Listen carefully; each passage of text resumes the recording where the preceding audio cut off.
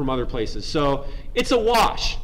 Yeah, you're getting some pollution from your neighbors, but you're also donating some pollution to your neighbors. And so at the end of the day, if you want to do the accounting that way, it's basically a wash.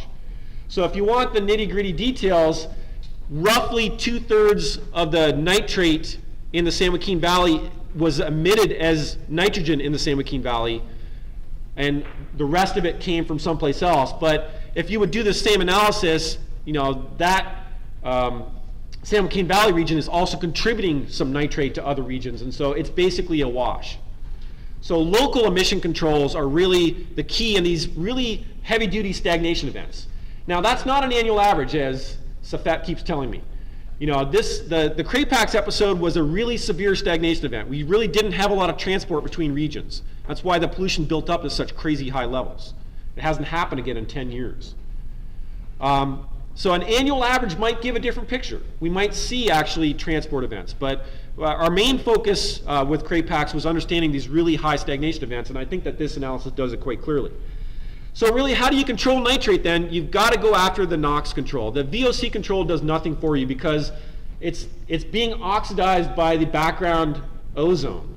You can't control VOC and therefore control the oxidant pool because the relevant oxidant pool is background ozone, and there's no way to reduce local VOC emissions and knock that down. You've got to go after the local nitrogen emissions is the only way to get after that.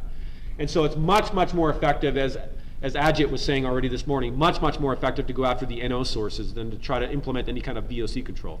Likewise, there's just too much ammonia right now in the valley to get short-term gains. I think long-term, the ammonia in the valley is going to need to be dealt with. But in the short term, if you want to make a dent in nitrate concentrations, you really just have to go after local NOx sources. That's the only practical way to make short-term differences. So these last 3 slides just sort of illustrate that, the control isoplast, and then some what-if scenarios. As Ajit showed you, I think he did a better case using Crapax. This is actually for a 1996 stagnation episode, but it shows the same story. So I want to wrap up with trying to answer the questions that I was charged with. And this re-emphasizes some of the things that Ajit has said already today, and hopefully gives you some better understanding of it. So primary versus secondary species. We have these elemental carbon or organic carbon, which are sort of catchphrases for thousands of different compounds that are carbonaceous, have carbon in them.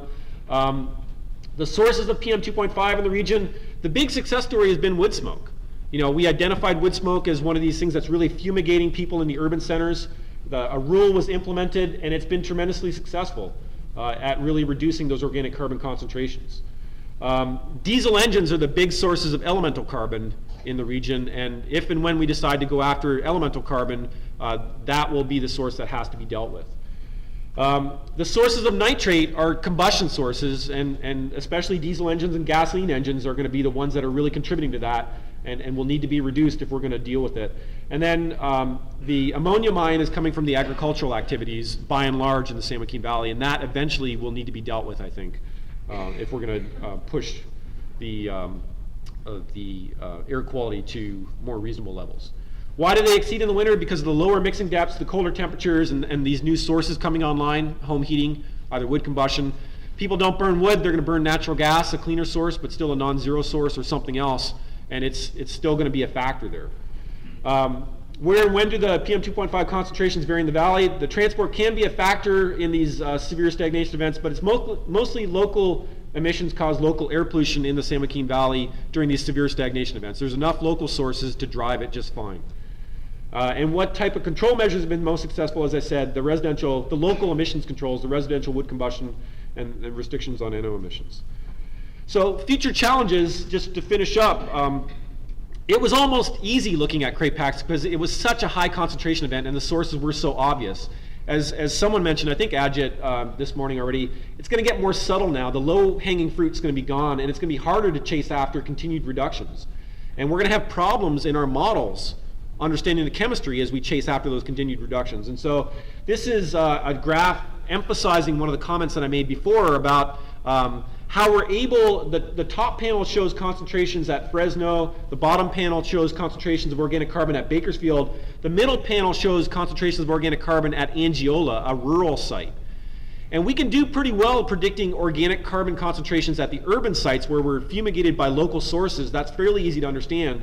What isn't easy to understand is why we're under-predicting organic carbon concentrations so much at the rural site and what chemistry is going on there to drive that. And the field is having a really big conversation about this right now. I didn't say argument, I said conversation. But there's definitely camps that are entrenched in, we think it's this and we think it's that, and they're trying to work out what the chemistry is that produces that organic carbon. It's probably secondary organic carbon. It's probably carbon that's emitted in the gas phase and then gets transformed in the atmosphere and then condenses in the particle phase. And so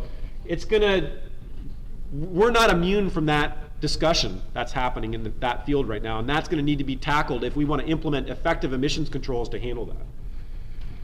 Okay, so I just want to finish up with the people who actually do a lot of the work. They're all listed here, and it's been a partnership within the university, outside the university, with the local agencies, and working as much as we can with the stakeholders, although a lot of times we tend to be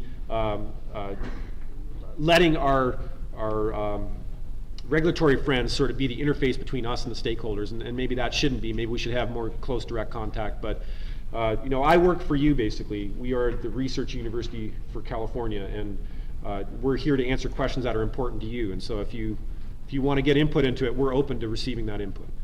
So with that, thank you, and I'll try to answer any questions.